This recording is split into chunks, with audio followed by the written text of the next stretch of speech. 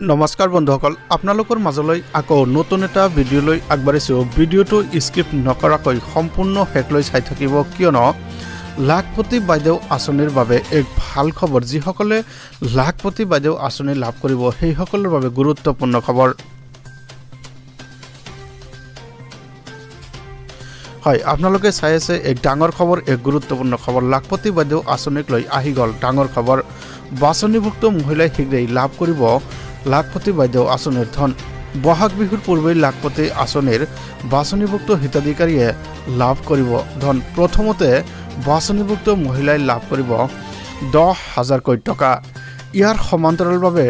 মাত্ৰ কেইটা দিনৰ পিছত লাভ কৰিব প্ৰথম কিস্তিৰ 10,000 টকা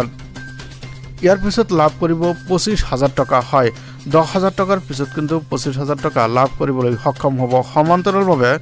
পৰৱৰ্তী সময়ত লাভ কৰিব 50,000 টকা এই আঁচনিৰ জৰিয়তে প্ৰতিগৰাকী মহিলা হৈ পৰিব লাখপতি বাইদেউ ইতিমধ্যে সম্পূৰ্ণ হৈছে বাছনি প্ৰক্ৰিয়া চৰকাৰে কিন্তু ইতিমধ্যে বাছনি প্ৰক্ৰিয়া সম্পূৰ্ণ কৰিছে 2 মাহৰ ডিবিটি যোগে একাউণ্টত সোমাই দিব এই ধন লাখপতি বাইদেউ আঁচনিক লৈ চৰকাৰৰ তৰফৰ পৰা দিছে এক ভাল খবৰ এক গুৰুত্বপূৰ্ণ খবৰ কিয়নো বাছনিভুক্ত মহিলাই শীঘ্ৰেই লাভ কৰিবই লাখপতি আঁচনি বাইদেউৰ ধন ইফালে বহাগ বিহুৰ পূৰ্বে লাখপতি বাইদেউ আঁচনিৰ বাছনিভুক্ত হিতাধিকাৰীয়ে লাভ কৰিব ধন হয় আত্মসহায়ক গোটৰ বাবে এক ভাল খবৰ লাখপতি বাইদেউসকলে ইতিমধ্যে ধন পাবলৈ আৰম্ভ হ'ব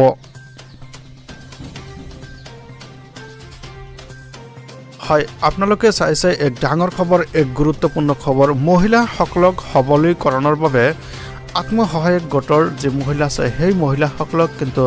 লাখপতি বাইদেউ নামে আঁচনিত অন্তৰ্ভুক্ত কৰিব আৰু সেইসকলক কিন্তু সবলীকৰণ কৰাৰ বাবে এই পদক্ষেপ গ্ৰহণ কৰিছে অসম চৰকাৰৰ তৰফৰ পৰা ইতিমধ্যে লাখপতি বাইদেউ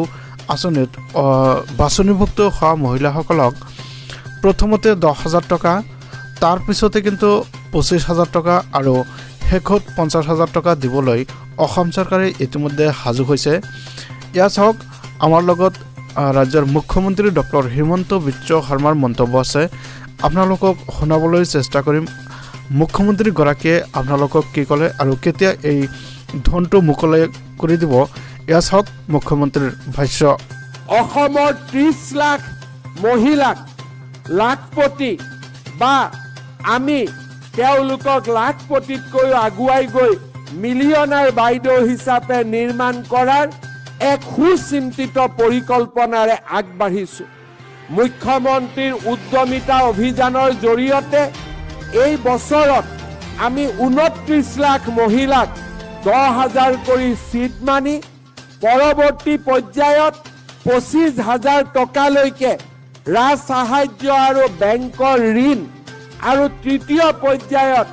1 লাখ টকালৈকে বেংকৰ ঋণেৰে আমি অসমৰ 30 লাখ মহিলাৰ মাজত উদ্যমিতাৰ এক নতুন দিগন্ত আৰম্ভ কৰিব বিচাৰিছো নাৰীৰ উদ্যমিতা অসমৰ 30 লাখ মহিলাক লাখপতি বা আমি তেওঁলোকক লাখপতিতকৈ আগুৱাই গৈ মিলিয়নাৰ বাইদেউ হিচাপে নিৰ্মাণ কৰাৰ এক সুচিন্তিত পৰিকল্পনাৰে আগবাঢ়িছো